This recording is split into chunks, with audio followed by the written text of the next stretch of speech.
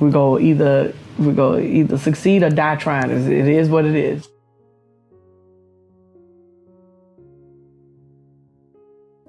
There was a time where I used to reach into my pockets and it was empty. Then I got a job and I would reach into my pockets and guess what? It was empty. Then I started to do what I love and a big smile. I'm breathing in that fresh prana, baby. So I'm balancing my mind, which gives me more clarity, which helps me become a better attractor. Okay? Because there are many celebrities with so-called a lot of money. I think Kanye West once said, I sold my soul to the devil for a crappy deal. All I got was a few toys and a happy meal. You've got to listen. Bob Dylan also tried to tell people. You see, because it's not about what looks good on paper, it's what looks good to you. Now, freedom is very important. You see, when you are growing up, when you're a child, when they say, what do you want to be when you grow up? What do you want to be when you grow up? Many of us, we don't say, I want to become rich. We say, I want to do what the hell I want to do. So freedom, that's what we think money is, okay? Once you have a lot of money, guess what? You can do whatever you want to do. So you have to ask yourself, is money preventing me from doing what I really want to do? Is money preventing me from doing what I really want to do? And then you've got to ask yourself, what are my core needs, my core desires, and how am I meeting and fulfilling them? For me, my core need is to get out into nature. And that's what makes me feel like a walking billionaire. And guess what? I am wealth.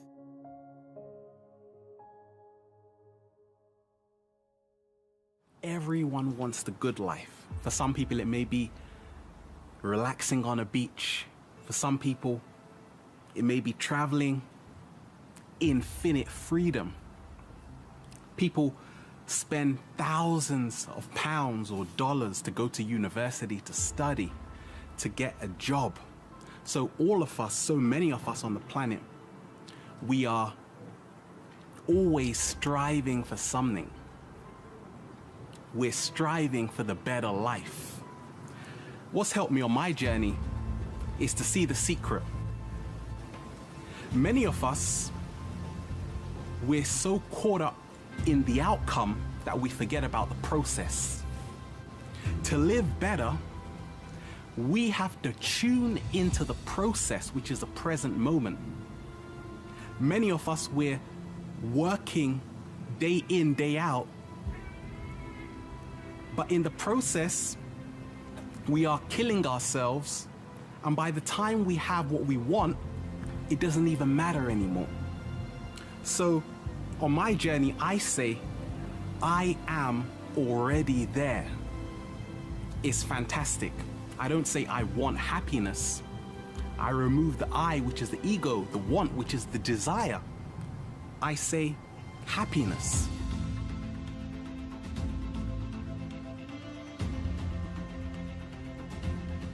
You have to have an almost idealistic belief in what you're doing, because if you take a linear, logical perspective on what you're trying to accomplish as a startup, if that makes sense, it's almost, the startup's almost not ambitious enough. And if it doesn't make sense, then it can be like staring into the abyss of how the hell is this ever going to work? And there just sort of needs to be, sort of that old saying, where there's a will, there's a way. There just needs to be that belief, almost idealistically, almost not based in rational thinking, that we can sort of pull this off somehow. And at least for us, that was key, believing in sort of a non-linear path to success.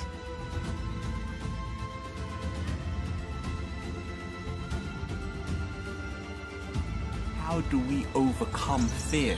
Any fear, doesn't matter what it is.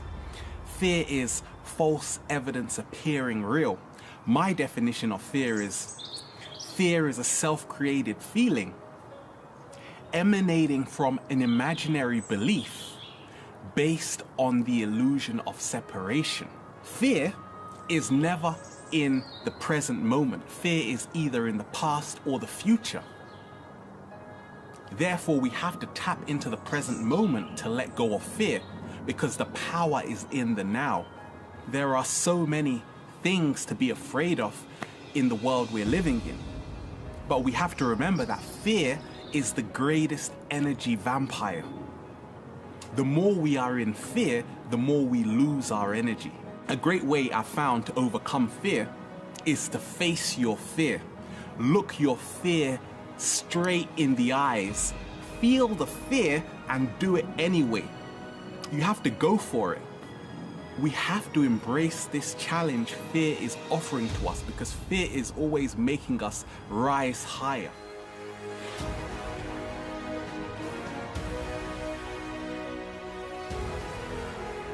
To really make something great, you have to be passionate about it. So, I mean, it comes down to like even like hiring criteria. Like when people are joining Riot Games, there's two things we look for. One is just their aptitude, their talent, and then the other thing is their passion.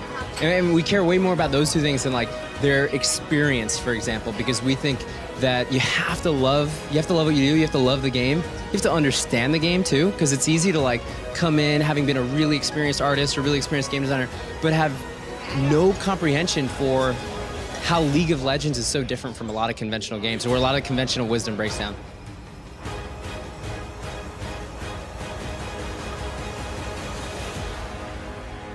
We make mistakes, right? As you heard me say in the talk a little bit earlier, you know, making mistakes is kind of part of our culture, because we feel like if we get to a point where we're not making mistakes, we're spending too much time covering our butts and we're not moving fast enough, or we're not taking enough risks. But the key is to not make the same mistake twice, and to learn from our mistakes, and to constantly strive to get better. And so that's sort of our philosophy.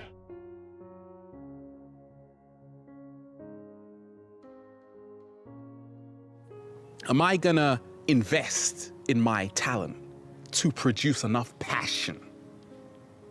When I was making videos back in the day, guess what? I invested in a really good camera. I bought a Canon 5D Mark II and a lens, which cost $1,000, Canon 1.2. Even I thought I was crazy, okay? I thought I was crazy. But deep down, I knew that I was entering the law of exchange. You've got to give something before you get something. A lot of us, we just want this lifestyle, but we don't want to put in the work. We don't want to pay our dues. We don't want to be patient.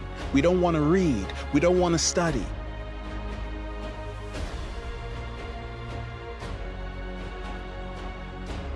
Multitasking. Like, I used to do so many different things. I used to actually work in different jobs, like do this, do that. See, the problem about multitasking, some people can do it, but the problem is, like, whatever you're doing, like those different things, they're gonna suffer.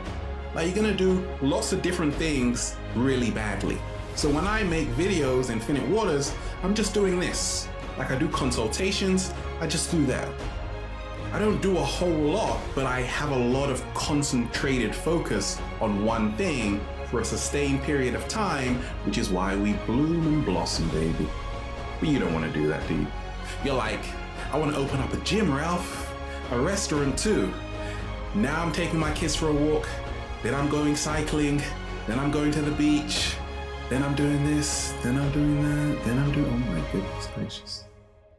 You're giving yourself way too much to do. You're making it harder than it has to be. And that's why you lose the enthusiasm for what you want to do. So you don't end up becoming productive at all. So to become more productive, just do one thing and do it well, or just have fun doing it, whatever you want to do.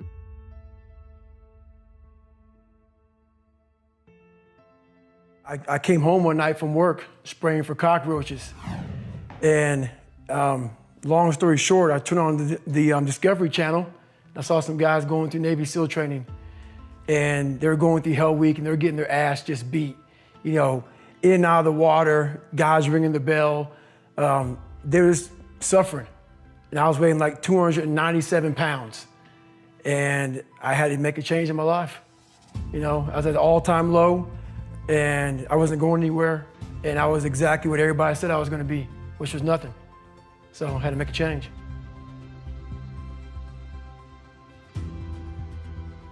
Well, for me, growing up, I came from a horrible background. I got called nigger every day of my life growing up, lived in a small town. The Klan headquarters at that time was about 20 minutes from where I lived. Right. One of the high ups in the KKK, son, sat behind me in 2 classes, so he called me nigger all the time. I got my first car, they spray painted nigger, we're gonna kill you on it. So I was just an insecure, scared kid.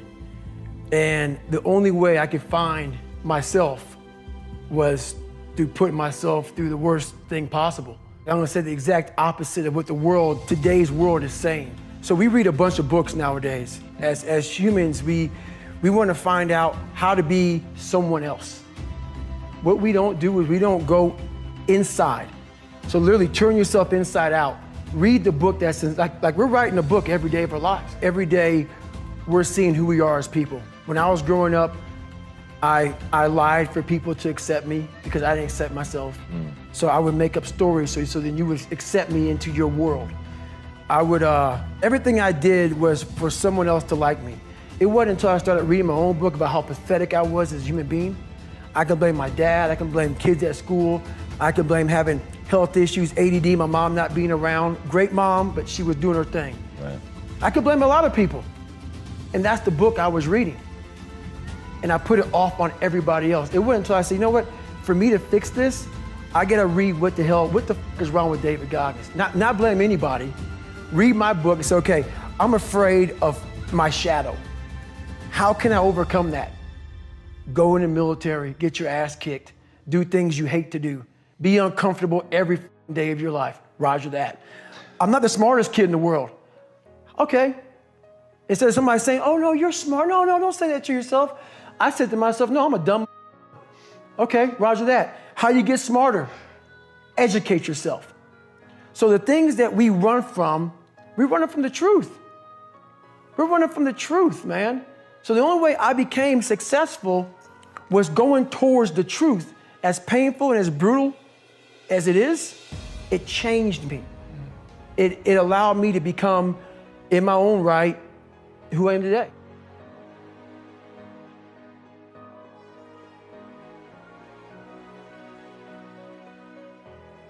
The cookie jar is something I invented.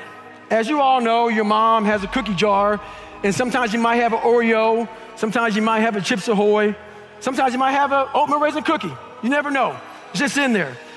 My cookie jar has every single failure and success of my life, something I overcame. So what happens in time of life when you're stressed out and things get bad, even the hardest guy in the world, me, everybody thinks, and I think I'm the hardest guy in the world. You gotta believe that. You gotta believe you are something. I will, in my mind, reach into my cookie jar, and sometimes you forget how hard you are in times of need. Because you're stressed, but you forget, I'm a Navy SEAL, I'm a Ranger, I'm this and that, but you forget all that because your life sucks. I calm down, take that 1 second, get control of my life, reach in the cookie jar. Well, you got called nigger your whole life, and you're now the only person in history to do this, and this. Put it back in the cookie jar, reset my mind. You have to remind yourself of how badass you really are in times of need.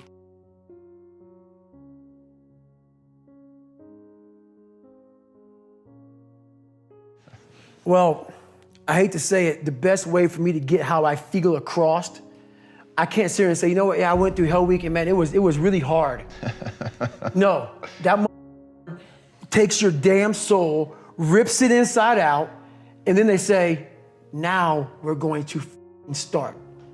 It allows me to express where I was at a point of my life.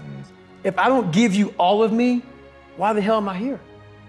Why? How will you learn from me? People take so much offense to me.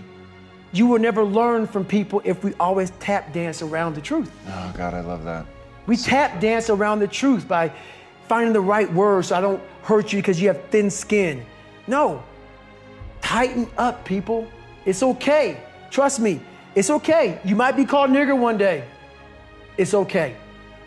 You might be called some Jewish word or some faggot or gay word. It's okay.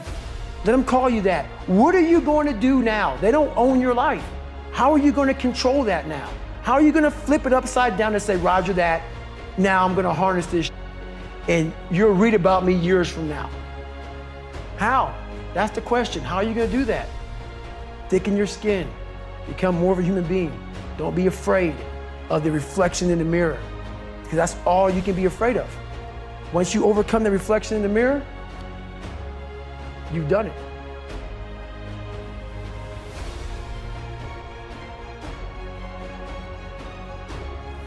What if? A lot of times I'll be in a 200-mile run or something like that, and I'm all jacked up. Body's broken, mind's broken, spirit's broken. I start to say, what if I can pull this off? When I first walked into the Navy SEAL recruiter's office, he looked at me and said, there's only been 35 African Americans in 70 years make it through. You know what I said to myself? What if I can be the 36th? It's the what if I can pull off a miracle. What if I can become someone that no one thinks I can be? And just me talking about that, I have the hair going up on my arms, because it makes me just like, what if I can be that guy that people who call nigger and this and that, and now I'm speaking at Tom Ferry's event.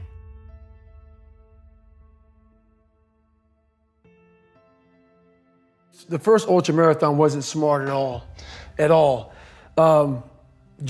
So basically what happened was I was at military free fall school with Morgan Luttrell. Marcus Luttrell, if you guys don't know, was the lone survivor, the guy. He was in a bad op went bad. He was the only Navy SEAL that lived. Long story short, you gotta get the book, read Lone Survivor, great story. Morgan is Marcus Luttrell's twin brother, and I was there with Marcus. So what happened was myself and Morgan were in free fall school. At the same exact time, Marcus was in the worst incident in SEAL history. So I knew that Marcus might be dead. He wasn't dead, everybody else was dead. So I actually brought Morgan, I actually told Morgan, hey man, your brother was in a bad incident. I don't know if he's alive, I don't know what's going on. Long story short, Marcus is alive, and I go on to want to raise money for families. All these guys died, they all had kids. I want to raise money for the Special Operations Warrior Foundation. It's a foundation where 100% tuition goes to these kids to go to college, full tuition, whatever. So I found this great foundation. I'm gonna raise money for it. So I said, you know what? I have to Google something that's evil, something very hard. I knew nothing about ultra marathons. I hadn't even run a marathon. I knew nothing about this world. So I Googled the top 10 hardest races in the world. And what comes up is a Badwater 135. It's a 135-mile race through Death Valley in the summertime. I thought it was a stage race. I thought it was a race where you run like 20 miles, set up camp, barbecue outside, and then go run some more the next day. So I called the race director up at the race and said, hey, Chris, his name is Chris Kosman, I want to do your race. So we had a long conversation. I was much heavier then, and I hadn't put running shoes on in over a year. How heavy are you at this point? I'm around between 240 to 270. Whoa. I'm in there. I'm in that range. My weight has varied a lot through the SEAL teams and out of the SEAL teams, so I was a heavy guy. But the long and short of it all was I hadn't put running shoes on in over a year. I was a big time power lifter. I lifted weights heavy, that's what I did. Right. I got back home from Iraq, went straight to free fall school, and then this happened. So I called Chris Kosman up on a Wednesday.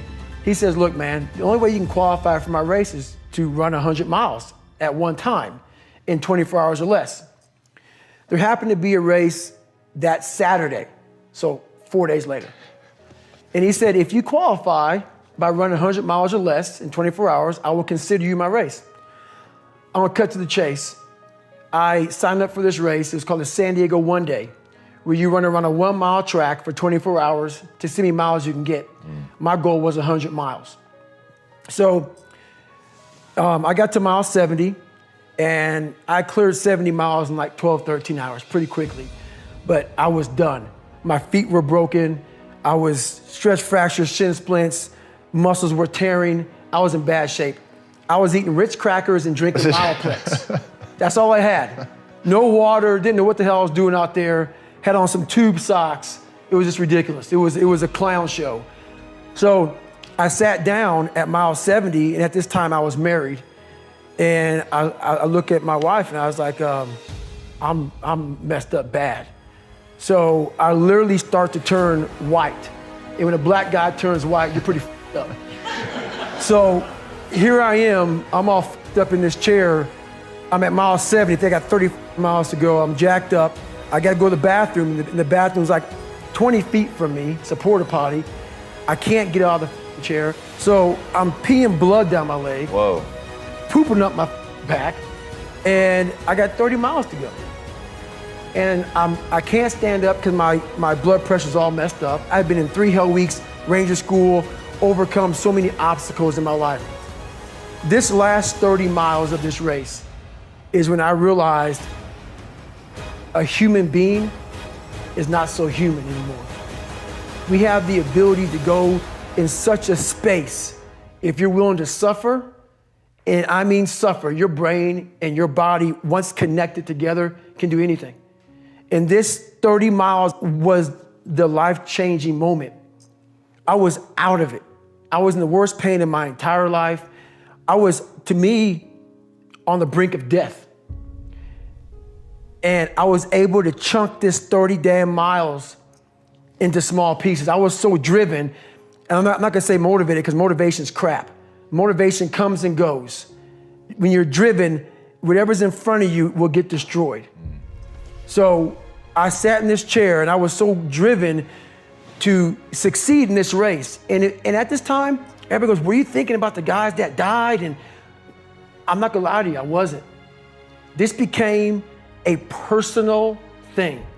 This became me against this race, me against the kids that called me nigger, me against me.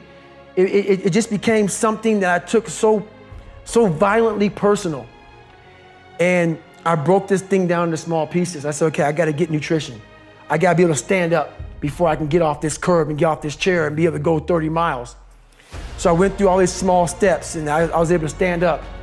And then from standing up, I was literally walking around with my wife at the time, and she goes, you're not gonna make the time. She goes, you're walking like 30-some minute miles. I got to mile 81, and the second she said that I'm not gonna make the time, I ran the last 19 miles, nonstop. And I can show you right now when we get done with this. Matter of fact, I'm gonna show you right now. This was years ago, and I had to put compression tape on my ankle.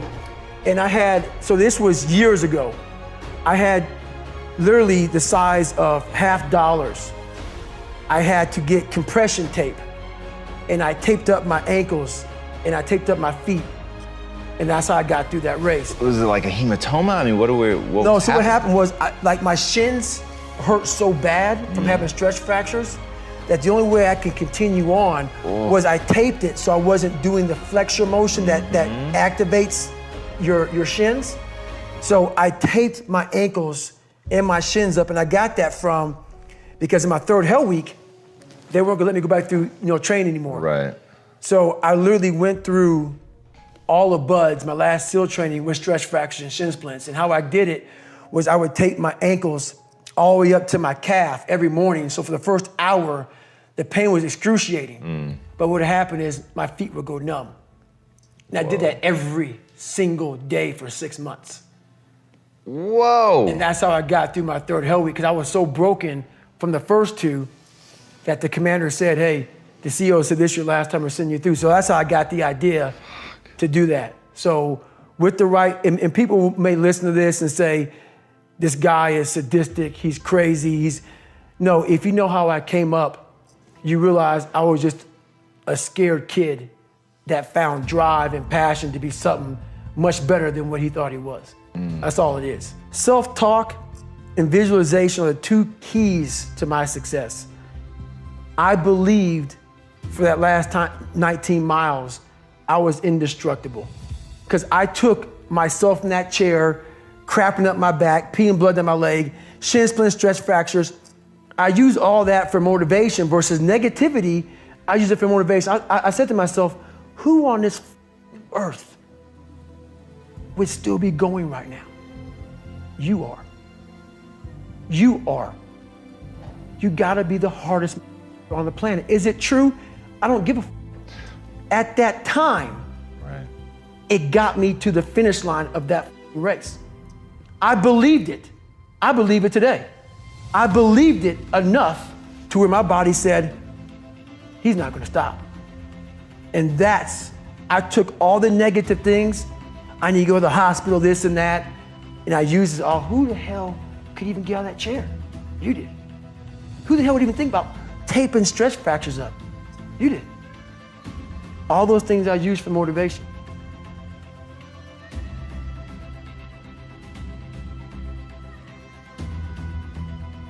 To have a certain charisma about yourself, a certain look about yourself, that pay-per-view attraction, that pay-per-view look.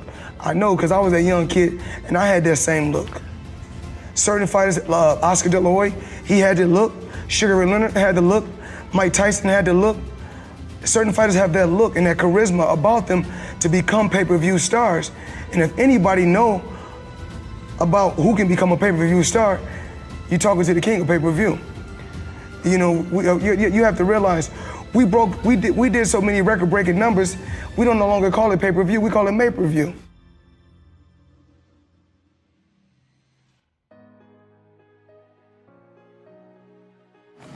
I mean, I just feel like, you know, taking the chance of, you know, when he touched me a couple times, when he said some very disrespectful marks a few times, he said a few things.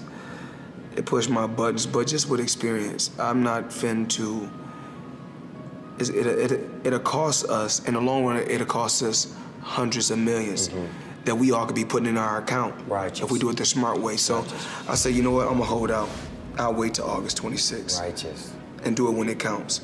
I'm not gonna do it when it don't count. I never focus on anything but the guy that's in front of me. Because when it comes down to it, I always said this for many, many years, the fans cannot fight for you. And one thing I know I can do, I can fight. So the fans, when they shout, scream, I don't worry about nothing. I just, you know, keep my composure and stick to the game plan. Constantly keep coming ahead, pushing him back. You know, when he first come out for the first 20 seconds of the round, when he go back to his corner and he sit down, I said when he come out, he gonna come out for 30 seconds and fight hard, and then he gonna break. And once he break, that's when I'm gonna shoot a hard shot to the body, hit him with a hard shot up top, and keep pushing him back. Remember, I told you guys, weight doesn't win fights. Fighting wins fights. And then, you know, when I said talking doesn't win fights, fighting wins fights. Meaning that when we was on when we was on stage for the weigh-in, I don't have to do no more talking. We fighting tomorrow, so I did enough talking on our tour, basically. So, you know, everybody said, "Oh, Mayweather, you was talking on the tour." Okay, I did a lot of talking on tour, but now it's time to fight. We're 24 hours away from the biggest fight in the world, the biggest combat fight in the world. There's no need to talk anymore.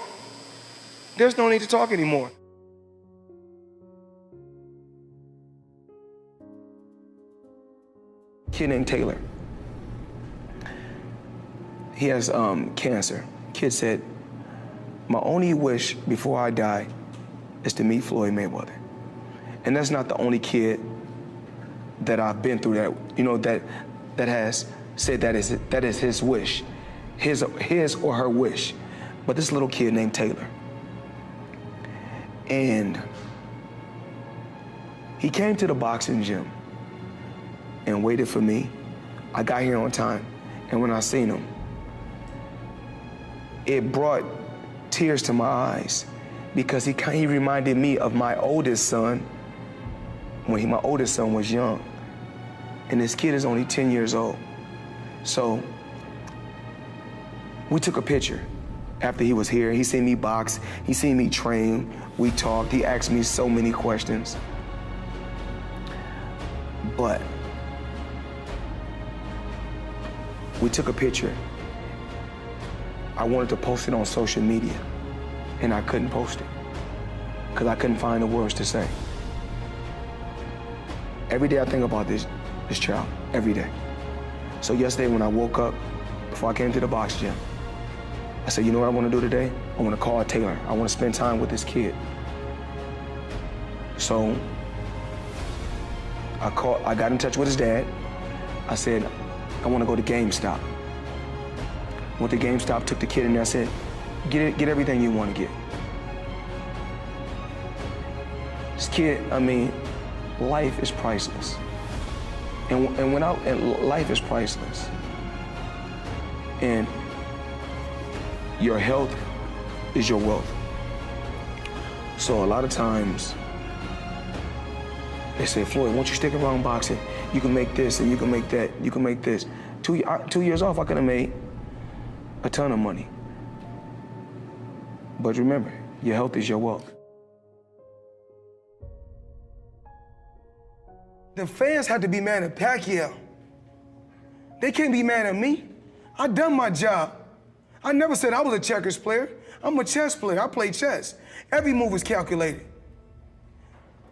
But the fans should have thought about that when I was running through everybody at one particular time. So now I'm just older and wiser. I'm older and wiser. It's like fine wine. I get better with time. Everybody know in this room that's watching me fight, I could have easily outboxed Conor McGregor, counterpunched him all night. That's not what I wanted to do.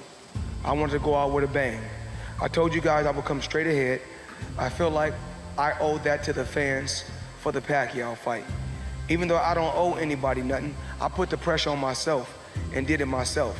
And that was a goal of mine. And I told you guys that this fight wouldn't go the distance. When we get to talk about highest gate, even when they were like right now, they saying, oh, Mayweather fight didn't sell out. Well, you know, when they do sell out, I think I'll reach somewhere like, you know, the live gate, it reached like 80-something million for this fight. We already had 60-something million. For those that saying that Mayweather is not doing numbers anymore. As far as taking less punishment, I took less punishment than any fighter. Not just best defense, let's talk about offense. The most accurate fighter of all time. On the outside of the ring, it's not just about being in the inside of the ring. I already conquered that. I'm even smarter on the outside. You know, I have to be a genius to even make a fight like this happen. So what does that say about me for making this fight happen? It says that you're a brilliant businessman, not just a great boxer. And that's what I always spoke about. I give my credit about what I do in the ring, but I don't get my credit about what I do on the outside.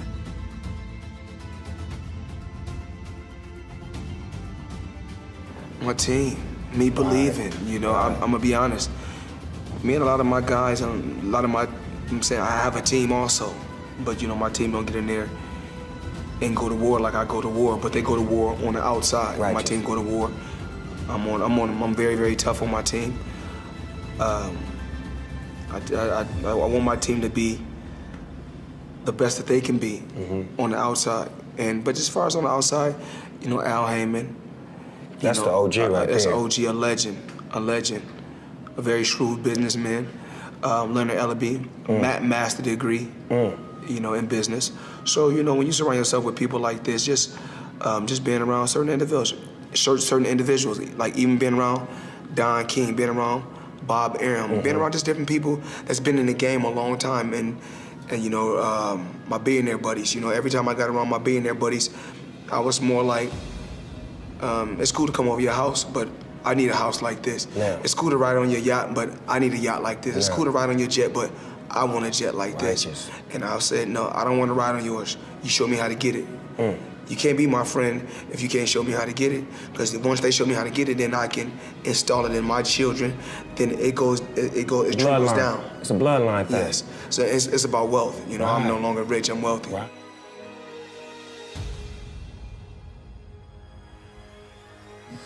I never wanted, as far as, making weight, when you asked me about Trevante, Tank, making weight. He's young. But when I was young, I think I would have made those same mistakes if I didn't have my father in my life. Just being a coach that was extremely hard on me. I think that if he didn't discipline me in boxing, I don't really know where, how my career would have played out. I didn't want to slack, and I didn't want to seem irresponsible or not disciplined. So that's why I always you got to sacrifice something to get something. So that's why I've always made sacrifices to get to a certain level. And to get to the pinnacle, you got to make sacrifices, and that's what I did.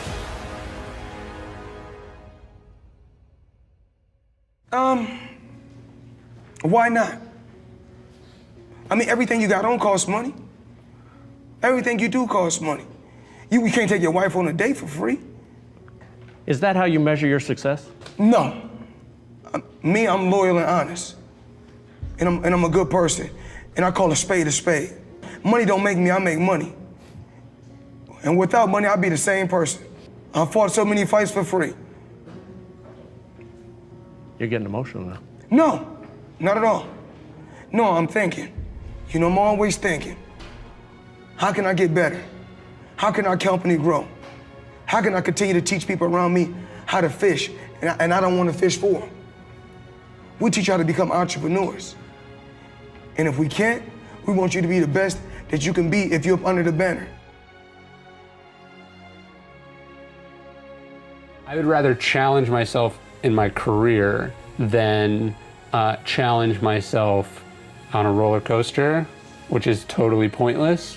And I would rather, for instance, I love running. I run almost every single day, but I don't do any races. I don't feel the need to have artificial competition in my life.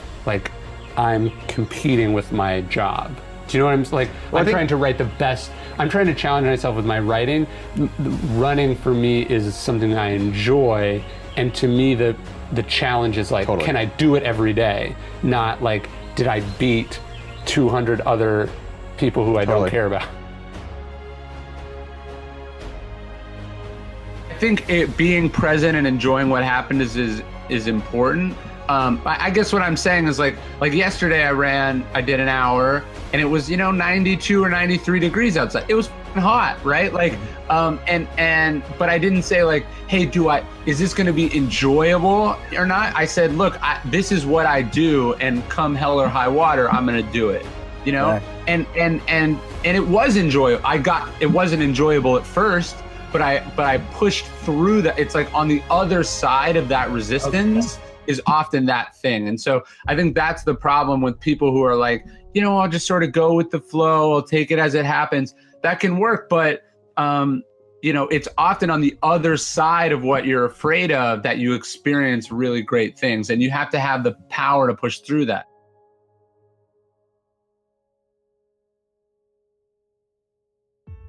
What do you feel the most satisfied doing? And what do you feel the most sort of fulfilled or creative doing? And then that's got to be the sort of gift that you protect at all times. Mm-hmm. And then you've got to find the other things that you're either good at but you don't want to be doing, or you're really bad at that take a lot of your time. And you've got to be able to delegate and find services or companies or other people that you can hire to help you with those things. And that's always been something I've struggled with, and I think is a sort of perennial struggle of any kind of leadership or entrepreneurship. How do you build the organization or the structure that you need so you can continue to do what you need to do as the boss or as the main creative force? And you've got to be able to continually evaluate your own performance in that sense and say look, this is what I'm really good at. This is what I'm not good at. Here's someone who's better at it than me. I'm considering it an investment to hire that person or to bring on that service provider. And I'm doing it so I can continue to be as good as I need to be at my sort of core thing. I got to get to the office. And I was like, why? Like, why do I have to get, like, I always wanted to be a writer. I accomplished this thing.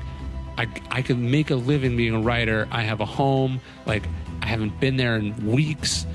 Like, why am I here? And I was like, I was here because, like, I just said yes, and I didn't think about, like, I didn't actually weigh, like, the pros and cons of this scenario. And again, it's like, sometimes you got to do what you don't want to do to figure out what you want to do. But it was like, I'd sort of distanced myself from a lot of things, and I'd gotten my life in a good place. And then someone called me and offered me money on the phone, and I said yes. Like, right. Because it's so hard to say, like, it's so hard to say no to stuff. Like, especially if you're like a doer, it's so hard to say, like, I want to do this, but I also want to do that. I have to choose. Right. It's easy to say, like, I'm going to try to do both at the same time. And I said yes to both. Like, I don't think I've ever, like, quit anything. Like, I've just added new stuff. Right. And so for me, that certainly has added up over time to an unsustainable load.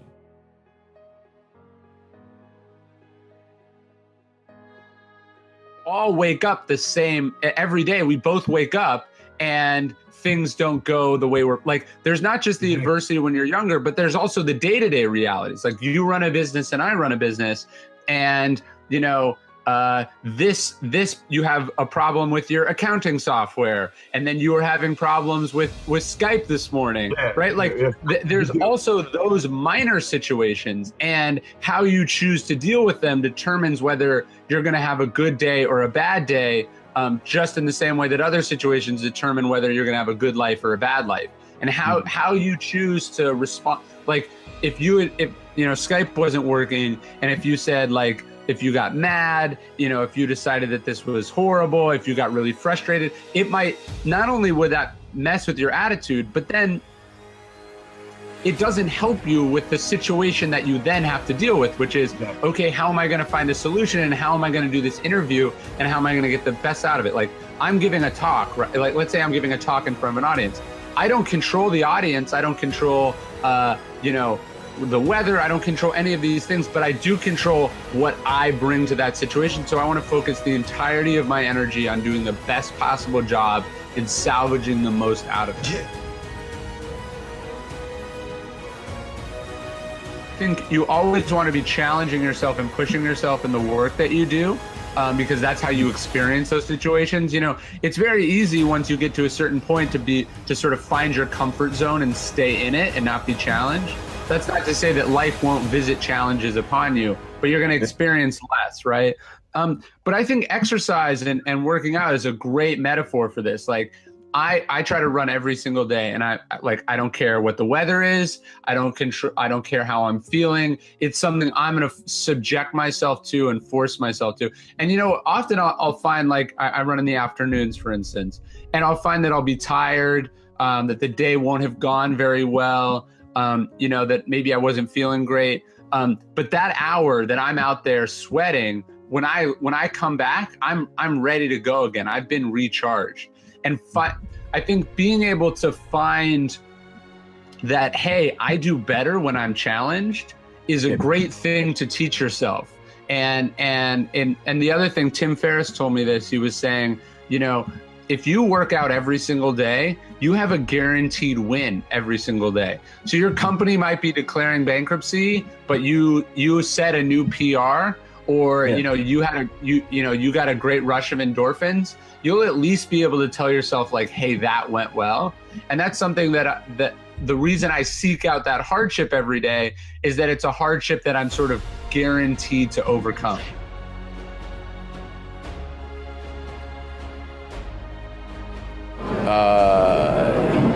Yeah, look, a lot of things.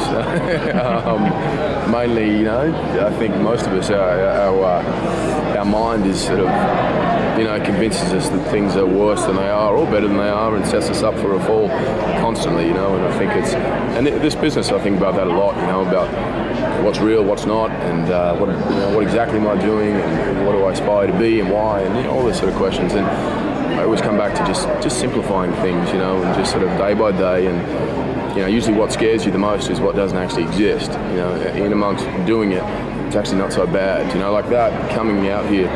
Beforehand, it was like, oh my God, oh my God, oh my God. You get out there and you go, okay, you know, I'm alive, I lived, you know, and yeah. I took everything that I learned from an ethics standpoint that my grandfather taught me and put it into that. And saying if you pound it as hard, whatever thing in the same direction, if you keep hitting it, at a certain point, it's gonna break and it'll open up. So that's what I did. Like, it was like, okay, cool, this is what I'm gonna do. I'm gonna focus on this thing. We go either succeed or die trying. It is what it is.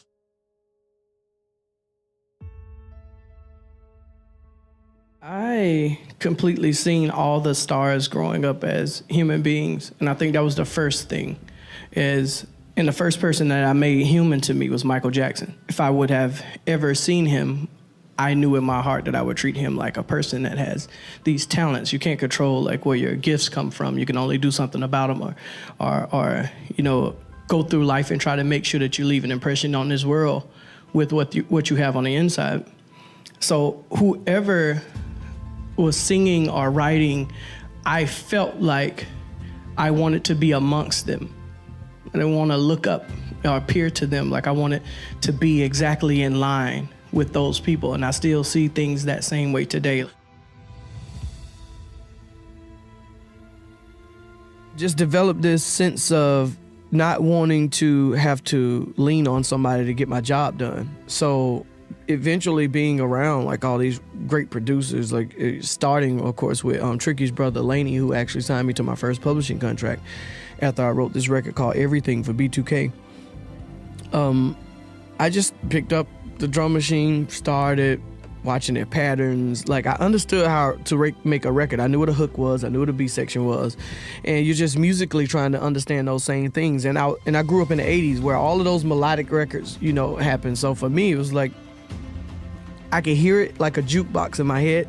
I just needed to get it out. So, but finding that you have good producers that know how to, it could be the smallest thing like a kick. Like Timbaland has this way of how he makes his kicks and his snares, like, and they're on this little slide beat, but you have to know what you're doing when you hear it. And so all of these things, I get to get in and listen to them and pick it up. And still now, like I'll listen to something and say, oh, okay, that's how you're doing it. And even new producers, like, so along the way, I just picked up that drum machine and that keyboard and said, okay, I need to know how to make a song 100%, period. Every piece of it. Without needing anyone if it comes just to that. Because at the moment, if you want to create and you call somebody and they can't do it that day, you don't want to get frustrated and not be able to do it yourself. And so I learned how to do everything. It was the beat, it was writing the song, and recording and engineering myself. I was working at some collection agency. I was really bad at it. It was really bad. Sally Mae? Yeah. Was Sally Mae? No, that's too good. It was worse than that. It's too good. I remember just calling and they say, I don't have it. I'm like, all right, cool. You a G for that, man. Really bad. My money. It's really bad. And I had just started playing golf at that particular time. I stopped by the golf course at like 7:30 in the morning. And I got on the first tee at this golf course called Legacy. And I sat there and I called into my job and I quit. Because I kind of figured that if I didn't put 100% into music, really, I was never going to actually be great enough to stay in. And so I quit my job that day, not knowing how I was going to pay rent the next month. And at that time, I didn't have a publishing deal. And that song is actually what got me a publishing deal. Awesome, man. So you believed in yourself. And like I said, you got to be crazy enough to believe in yourself. But, whoa. Pray, if you're with the label, you should probably just pray that somebody believes in you, like that one person, versus having a whole staff. Making sure you're being yourself, and eventually, overall, just overcoming the fears of not succeeding in the eyes of what the public idea and perception of succeeding is. Be yourself at all times. Never sell your soul to any machine. You can do anything. I broke myself as an artist at the age of 29. If that isn't already hard enough, to do what I've done in a 10-year period in this span, to even be blessed enough to be sitting here in front of you guys talking about this, I could wrap it up and say, oh, cool, goal's done. I'm just moving on. But it's too many other things. Once you're moving from one thing, it's all art to me. It's all in a bowl, like it's just on a plate. There's an Ice Cube I need to chase now. There's a Dr. Dre I need to chase down. Like it's moved on from Lionel and Diane to now it's other people that I see and say, oh, they use that same brain to get those things, and I can use my brain to actually get to the same things that you have. So it's just an everlasting idea to keep pushing, myself. This music thing is like water. Like it's not, my songs are gonna be my songs regardless. Like people get hot and cold and wander off, but you'll be back. Like and when it's time for you to get married or fall in love again, and I'll be here. But this idea of what to do or what to do next is what I've been doing all along. Like these are just steps.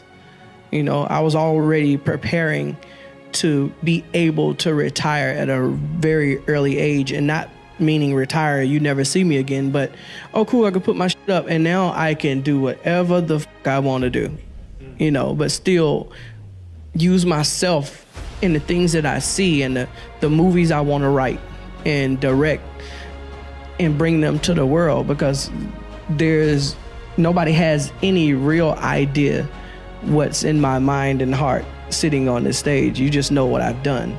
And when I didn't have that stuff before, you didn't know I could do that. So we have no idea what I can actually do. So a weird space to say, write a fucking hit. You know what a hit sounds like. You know what songs you like from other people. Like if you went to make a playlist, you knew what a hit was, and you know how to make it. So just write a hit.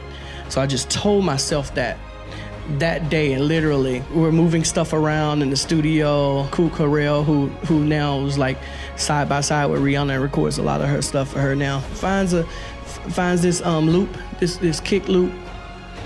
Trick starts to play this chord, and I kind of walk in at that same moment, and I hear it. And I heard about maybe 8 bars of what Trick was doing. And I said, man, turn the mic on. It's like, man, we're not ready. We just started moving this shit around. We got to plug it up. We got to get it right. I'm like, oh, okay, cool. Turn the mic on. I turned the mic on. I maybe had to go back and change 4 words, but I sung it from the top to the end, exactly as is how you hit a song today, right now. 8th grade was really big. Oh yeah? It was an important time for me. Just having this teacher that, encouraged me to read a lot independently and to question everything, gather information. I remember one time he started doing these class debates, and there was this article. I don't remember exactly what was in the article, but it was about a man that committed a crime, but he had like a somewhat righteous cause for doing it. I remember those details. Okay. But he was dividing up the class and like who agreed with this guy and thought that he was justified in doing it, and who disagreed. And I remember he said, who think he wasn't justified, in the entire class except me raised their hand. Really? And then they were like, well, who agrees with the guy? And I raised my hand, and then we argued for like 25 minutes. I remember it being the most fun time I'd ever had in class, ever had in school. It meant the most to me, and I just remember holding my own against, like 20 other students. Yeah, exactly, and I think that one experience, that single experience, informed so much of my life or humor, more than any individual experience I can think of. Yeah, and it was natural, and that's kind of a rule for stand-up for me too, is that never be contrarian for the sake of, right. Always have a truthful intention behind what you say. You should have a intention.